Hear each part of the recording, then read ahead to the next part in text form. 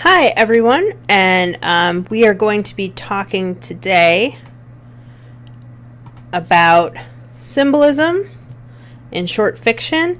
I wanted to talk to you about this essentially because I find that many times people get confused about symbolism.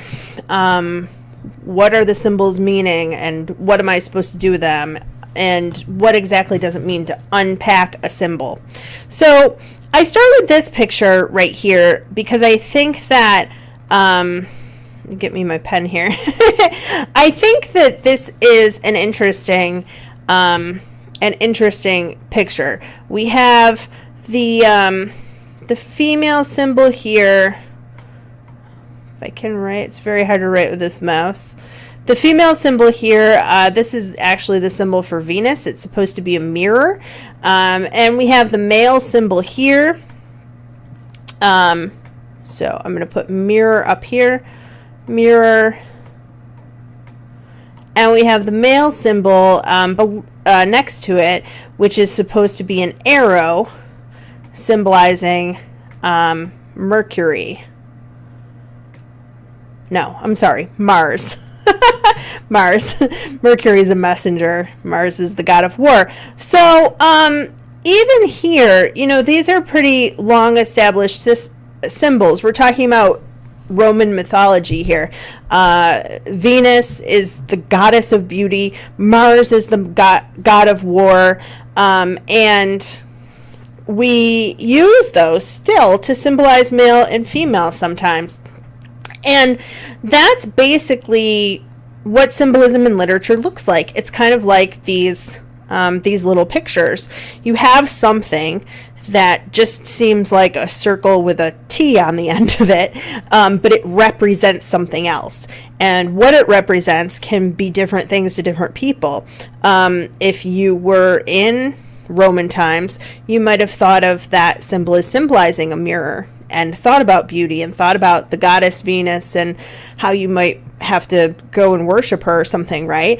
To us today, it just, somebody else, it might just be the sign that's on a bathroom door sometimes. Or if you are, let's say you're transitioning, those symbols might mean something different to you, right? If you're transitioning from, like, say, male to female. So, a symbol is a person, place, or thing in a work that has a hidden meaning beyond its literal meaning. So, back here, this is not just an arrow, right? The arrow represents something. Here, it's supposed to represent arrows that are shot in war, that are supposed to be masculine. It has a deeper meaning beyond its literal or surface meaning. Symbols are abstract and complex. They add to the theme of a story. And I think this right here is where we kind of get into trouble. Sometimes things are abstract, so we don't pick up on it as having a deeper meaning. And sometimes people are not really sure what something should be representing because it's not concrete. Concrete is like something you can hold in your hand, right? So if I said a house, you might picture an actual house, right? If I say a home is a little bit more abstract. A home could be an apartment. A home could be a cardboard box. A home could be a private island, right? Symbols can have more than one. They can have one meaning, just one meaning, or they can have several different levels of meaning. One symbol can mean many things to different things to different people, and we've talked about motifs before. A repeating symbol is one type of motif if it comes up over and over and over. So I picked this picture because it reminds me of the Rocking Horse winner in a way. You have this kid on a horse, and it's like the devil is riding on his back. This is Krampus with a stick. I'm not sure what the fruit represents, but again, that's a symbol you could unpack. Maybe the gifts of Christmas or something. I'm not sure. Krampus is the opposite of Santa Claus, hence the chains as opposed to the gifts. Maybe that's why he brings fruit instead of candy. A symbolic act. So a lot of times people just think a symbol should be like a thing that they see in a story. And sometimes in a story, actions can also be significant. So a symbolic act is when a character's action has significance beyond its literal meaning. For example, in the rocking horse winner, we're going to back up a little bit. Rocking on the rocking horse, going back and forth, that has more significance than just a kid playing on a toy, right? It's a symbolic act. Sometimes if you have, let's say, a ritual like a wedding, a birth or rebirth, an initiation of some type, a wedding is filled with symbols, right? The bride wears white to show her purity. She supposedly, the bride and groom exchange rings that are physical objects that symbolize the abstract concept of their love and their commitment to one another, something that's on their hand forever that they look at. They exchange vows and they say things and make promises to one another. Why does the woman carry flowers? Because flowers are a symbol of fertility. Now, I told my mother that one time, and she said, no, flowers are just a symbol that, flowers are not a symbol, they're just easy, because men could just pick them up at the grocery store.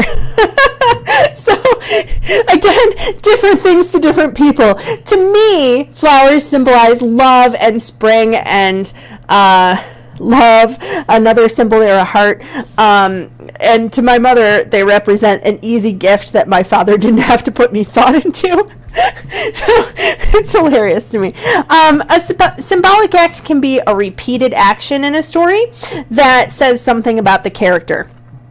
So perhaps if a man keeps buying his wife flowers, to him, that action shows that he loves her, and maybe to her, she would like a more thoughtful gift. Swinging on a swing. What does that symbolize? It's a thing that children do. It represents freedom. You feel like you're flying, right? There's a whole different symbol to that than like playing in the sandbox, right? If you see an adult on a swing, they're not with kids, maybe be worried about them. But if they're really on that swing, maybe they need that relief from anxiety, return to childhood for a minute, a little bit of freedom and play. Reading. Going to work, you have a character who's reading all the time. What does that say about them? Are they supposed to be bookish? Are they supposed to be a nerd? Are they supposed to be shy? Are they supposed to be very intelligent? Right? Those are the kind of things that an act like that can represent. So, I have this for you to kind of think about what each of these colors would symbolize. Often, and partially because you're going to be reading the Yellow Wallpaper. So, what does red symbolize to you? And I know I can't hear you, but I'm guessing you're thinking like three different things at once here. Red. Red can sometimes mean love. It can sometimes mean rage.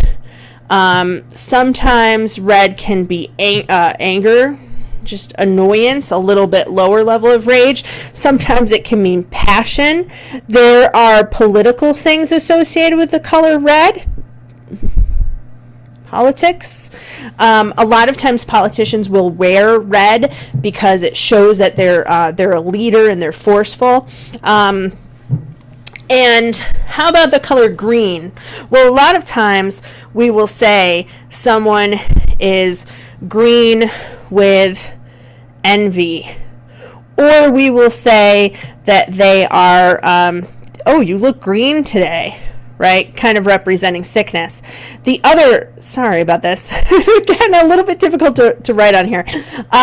Sometimes we'll say green could represent money, right? Or luck. Again, a major theme in the Rocking Horse winner. Sometimes green could represent springtime and newness and growth that kind of comes along with it. It depends on how it is being used. So if I say, today I looked across the Emerald Sea and was stunned as it glittered in the sunshine. Well, emerald there tells you that that is a beautiful ocean, and I'm comparing the ocean or the sea to a gem, right? If I say the snot green sea spread across the boat like slime, well, that gives you a whole different image, right?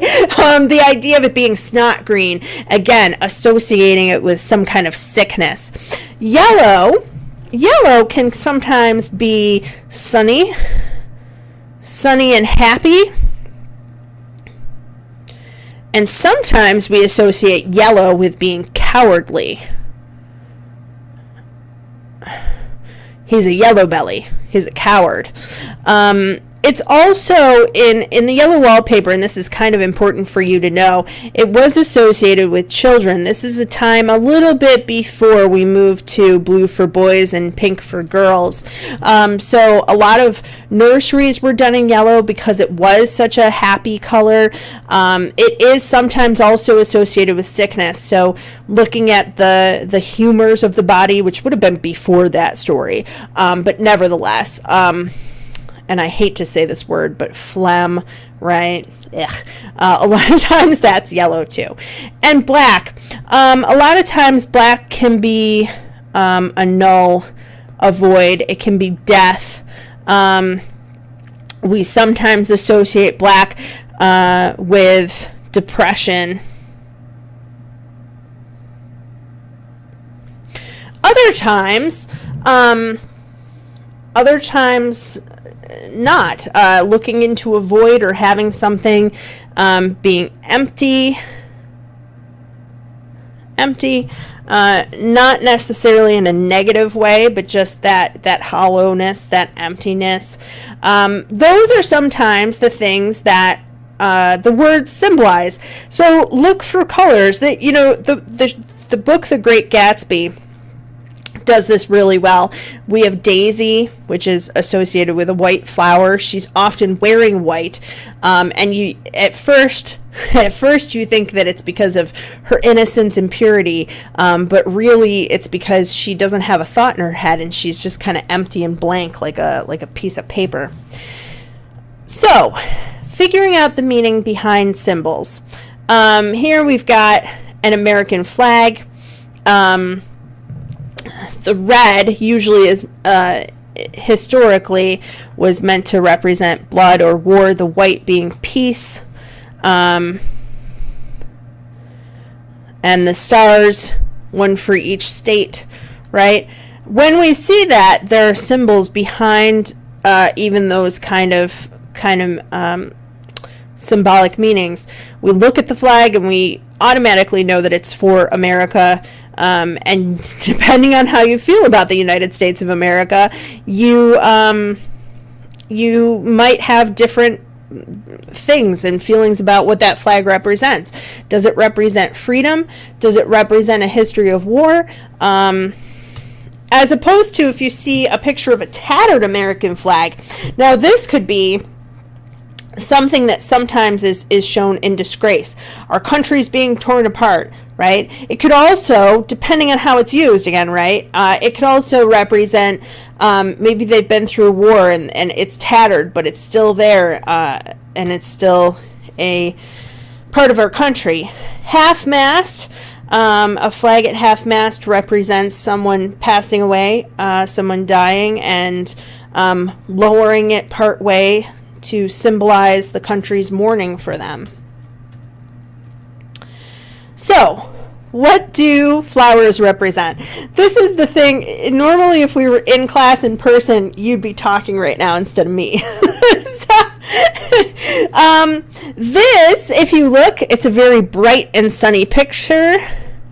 It's bright, it's sunny, it's happy. Maybe she's bringing those because she's in love. Maybe she got them because somebody loves her. I'm drawing a little heart there. It represents spring.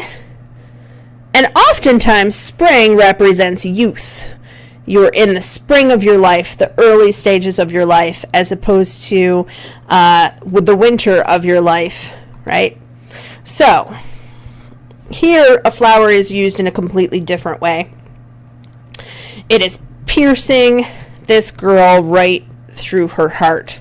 And behind her we have darkness, a wolf howling, a lone wolf, again, loneliness, if I spell that right, depression, heartbreak. You can think of this like a story I've created for you here with the before and the after. That's really sad. Right. So again, it sort of depends how the symbol is being used. If I have a flower in one sense, that's a rose, that represents love. And if it's a rose with thorns, it represents how I'm going to be hurt. My brother hates symbolism and hates when I talk about symbolism, especially because he just says, oh, it can just mean anything. It's just whatever you make it. And that's really just not true. God bless him. But he's not really correct. You can't take this picture. I'm going to zoom in here on this girl if I can. Nope. Undo. Let me try this again. Erase all ink. There we go. All right. So you can't take this picture of this girl and say that it represents anything, because it really doesn't. She is a girl, and the painting is of her playing a guitar, right? You can't look at a picture like that and say, oh, that's a fireman. I see a fireman in that picture. It's not there. That's a painting by Vermeer, Girl with a Guitar. And it's happy, joyous, bright. The focus is on her. She's kind of showing off. She's quite wealthy with her necklace here and her fur-covered stole. And then we have Picasso's The Old Guitar Player. And this one is a little bit more, it's broken up a little bit more. It's not an exact representation. It's a little bit more abstract. So I could say perhaps this is a painting of a homeless man. I could say this is a painting of an old man who's trying to play the guitar. But I would be hard pressed to say, like, this is a picture of a man on a boat, right? Well, maybe that's water in the background. But this is not a picture of a boat. It's a picture of a man playing a guitar. And the thing about a lot of symbols in stories is that they're not as clear as these two pictures are. This one's more realistic. This one's a little bit more abstract, but they're not as abstract as this. This is Picasso's Guitar Player, which was done later after this painting was done. And if you were looking at this saying, Miss, that is not a guitar player. Well, we kind of, in a broken up way, we've got the body here, if I can do this right. Finally figured out how to draw here. We have the guitar here, the neck of the guitar coming here, the guy's hand as he's about to play. This is his other arm, kind of broken up. His hand is kind of here, and this is the center, and these are the frets going up. So, maybe now, I'll zoom in on it again. There we go. Now you can kind of see the guitar, the guy, and that kind of thing. And if you told me that this was a picture of a fire truck, I might be able to pick that out. Or if you said, Miss, that's a picture of a boat, could I find that in there? Maybe. If I said, you know, here's the mast and here's the boat and whatnot. That's the nature of a literary argument. So if we have a thing like this where it's very abstract, what does it mean? What does it mean to you? a guitar here could just mean joyous music. Here it could mean sad music. Here maybe you don't see a guitar. Maybe you see a city landscape, that's smoke coming out of factories, right? And houses and things like that. Maybe that's what that painting means to you. The thing is that whatever you decide, it's just like your other literary arguments. You have to be able to back that up. And you have to be able to support your interpretation of the symbol. So, deciphering the symbol, a chain. This is from Christmas Carol by Charles Dickens, and it's a man wearing heavy chains. Again, the spectre raised a cry and shook his chain and wrung its shadowy hands. "You are fettered," said Scrooge, trembling. "Tell me why." "I wear the chain I forged in life," replied the ghost. "I made it link by link, yard by yard. I girded it on of my own free will, and of my own free will I wore it. Is its pattern strange to you? Or would you know the weight and length of the strong coil you bear yourself?"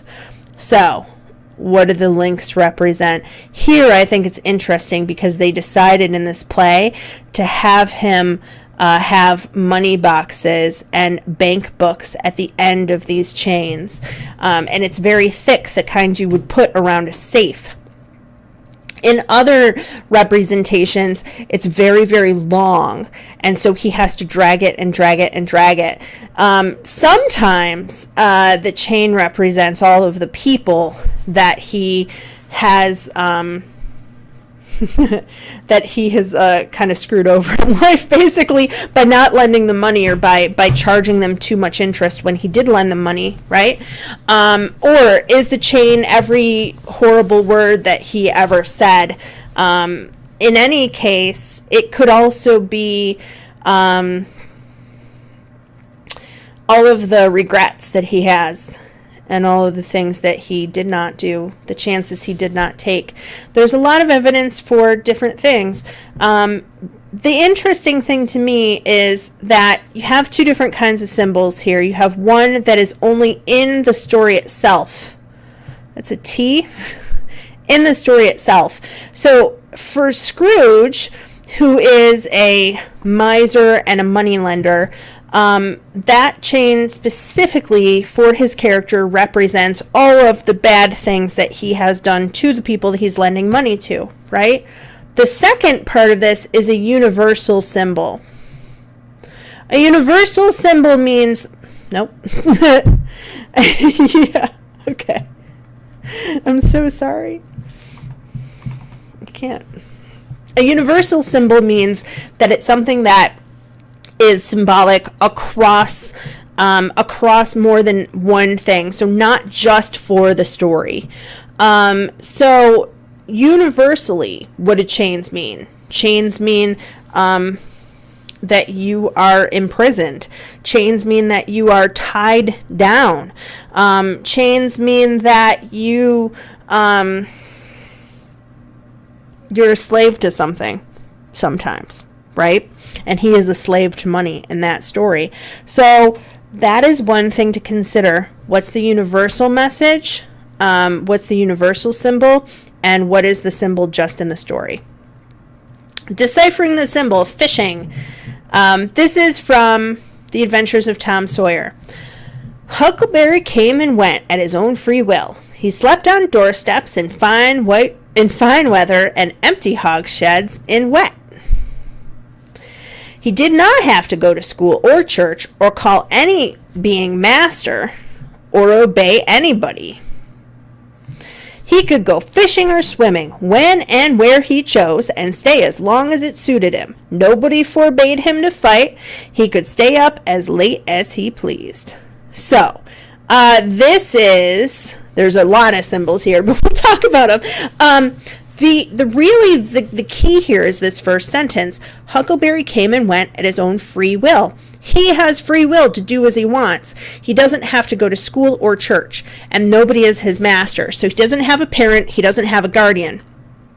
That means that he can go fishing whenever he wants. So fishing here in the story represents freedom. The freedom that Huckleberry Finn has. School and church are places where you have to sit and watch and listen to grown-ups telling you what to do. When you are fishing or swimming, you do what you want, right? And in the story, it represents freedom, and sometimes maybe universally it does too. Universally, I think the universal symbol, the recognized symbol, you have signs like "gone fishing," right? That people might put up if they're out. It means they're not working, right? It's a little bit of freedom. You're in nature. You're doing what you want.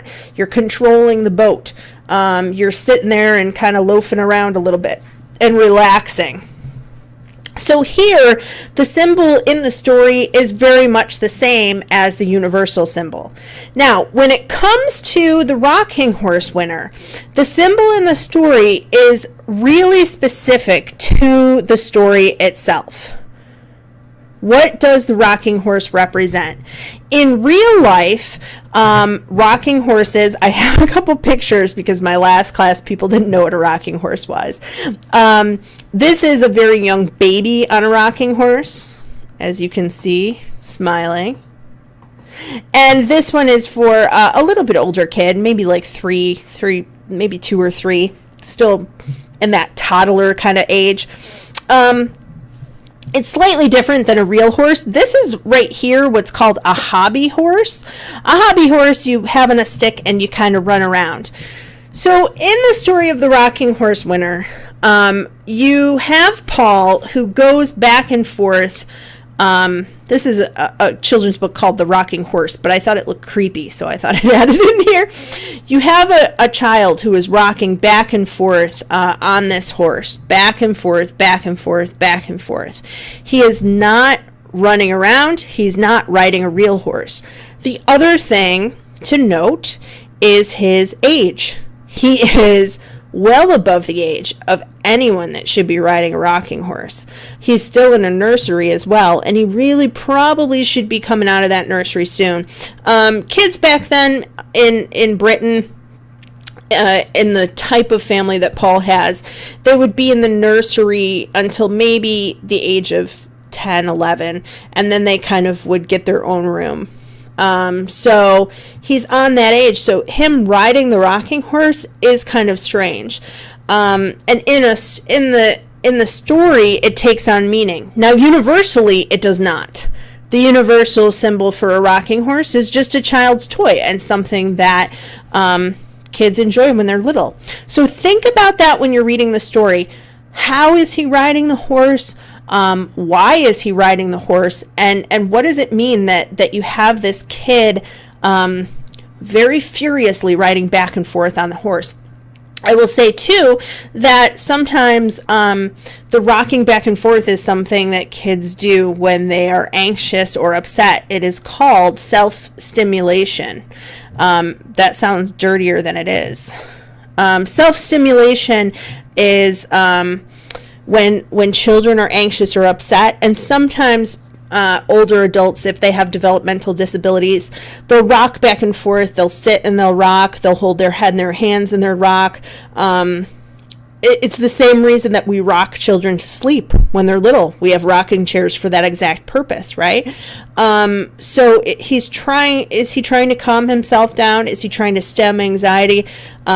He's trying to... In the actual story, literally, he is trying to win a race. But what does that mean symbolically? That's kind of what I'd like you to look at. There are other stories. These are just some pictures. And basically, I've kind of said here what I want to say. This is from the film version, Paul's mother. I love the shadow of him on the wall and her looking at him. It's so... amazing to see that. Paul's uncle, who's kind of urging him to ride this more and more. You have a much bigger rocking horse here, obviously, than the ones in the other pictures I've shown you. I think partially that's because if you had one this size, that wouldn't work very well for a movie, and it would look silly. So a toy for a little bit older child, but really, for kids maybe 5 or 6. So that idea of going back and forth, the idea of a balancing act, something on one end and something on the other end, but never getting anywhere, never really going anywhere, always staying in one place. He's stuck, and so is his mom. Other things in the story to look for. What does money represent to them? What could that mean? I talked a little bit. I'll talk in a different video about the play Pygmalion. That really is about social class at about the same time as this story. And really, you have the upper class pictured here with all her fluffy skirts.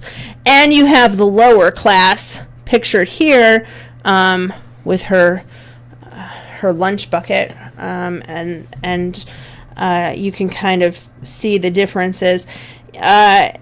You don't really have in Britain at that time anything in the middle. And Paul's family is kind of in the middle class, but they're trying to be upper class citizens.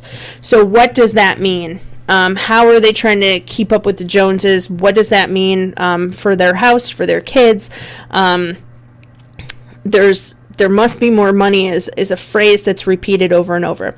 What does it mean to be a winner in this story? Paul's trying to win a race. He's trying to win the names of the horses that win races. What does that mean to them? What does it mean to be a winner? Universally, what does it mean, and what does it mean in the story? What does luck mean? Put a symbol there for money. What does luck mean in this story? What does it mean to you? What does it mean to other people universally? Why does Paul's mother feel like she's unlucky? Or why does she feel later on like she's lucky? Okay. The Yellow Wallpaper is the other story that I want to talk about here. So you're going to be reading this. Clearly the first symbol, like the rocking horse winner, the rocking horse being in the title, is the big symbol. Here, the yellow wallpaper is, surprise, the big symbol. The woman behind the paper, look for that. What does she represent? How does she move? How is she described? How is the paper itself described? And how does that description change? You have in this story what is called an unreliable narrator. That means that you can't really trust what she is telling you. So sometimes she says things at the beginning of the story, like, I don't mind this wallpaper, it's not so bad. And then she says, sometimes it looks like eyes bulging out at you. Then she says, I simply must get this horrible wallpaper off. Why? What does it represent? What does it represent to her in that story? Because universally, yellow wallpaper is just another color of wallpaper. It's horrible to put up. You probably should have used paint, but there it is, right? So to her, in this story specifically, it represents something. Other things in the yellow wallpaper, very similarly, again, you have the idea of social class. So here in the United States, which this story is written in, you have a middle class, fairly well-to-do here, as are the people in the story. She and her husband have some money. They've rented a house for the summer. They have another house back home. They're not, as these people are in this picture, living in a one-room tenement. Why is that important? It's not brought up in the story at all. I think that it's important because when you look at what the character is going through, you would have to ask, if she was not middle class and she didn't have as much money and she was more impoverished, would she have the time to go through the experience that she's going through? So in some ways, money for her in this story, does that trap her? Where usually we think of money as setting people free. It's just something to consider. She talks a lot about the woman behind the wallpaper. So I have this very creepy image here for you, which I kind of already described. The other thing, I love this picture right here. The woman who is the narrator, who is never named, is in a nursery. She has given birth a little bit ago, and now she is upstairs in an attic or in an upper room in what should be the nursery. So what does a nursery represent? Normally, it's a room for babies, right? Or for very young children. Why is she in there?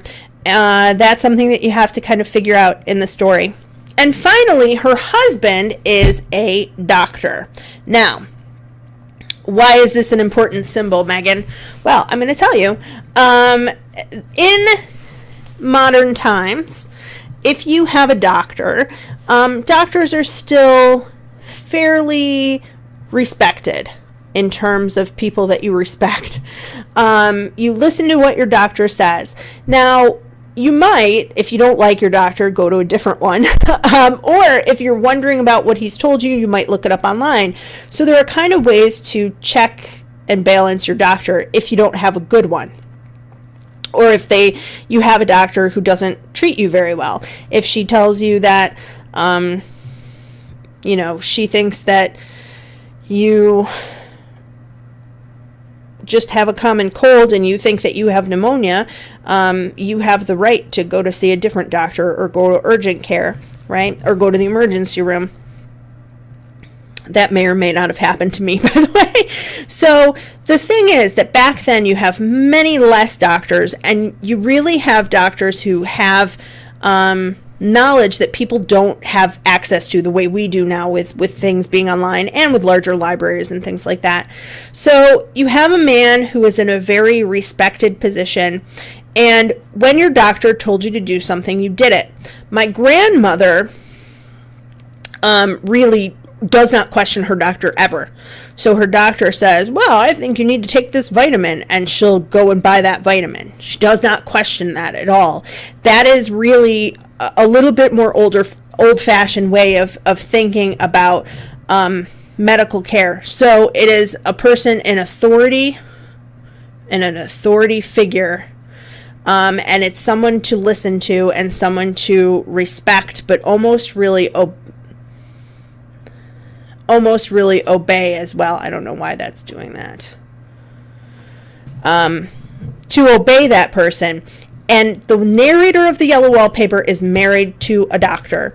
So think about how that, good timing, think about how that plays out in our story and what that might represent in the story and outside of it. Okay? Well, that is it. I hope you learned a little bit something about symbolism in short fiction, and I look forward to reading your writing.